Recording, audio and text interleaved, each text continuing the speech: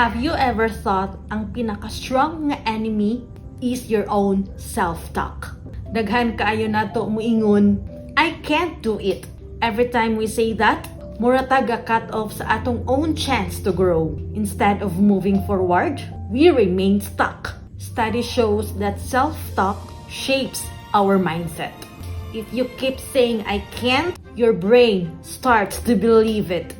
Pero kung muingon ka, I will learn, you open yourself to growth, practice, and new opportunities. So the next time mo ato bang kag-challenge, instead of saying I can't, tell yourself I will learn. It can really make a big difference in your confidence and results. Remember, your words create your reality. Start today, change I can't into I will learn, and see how your life begins to shift.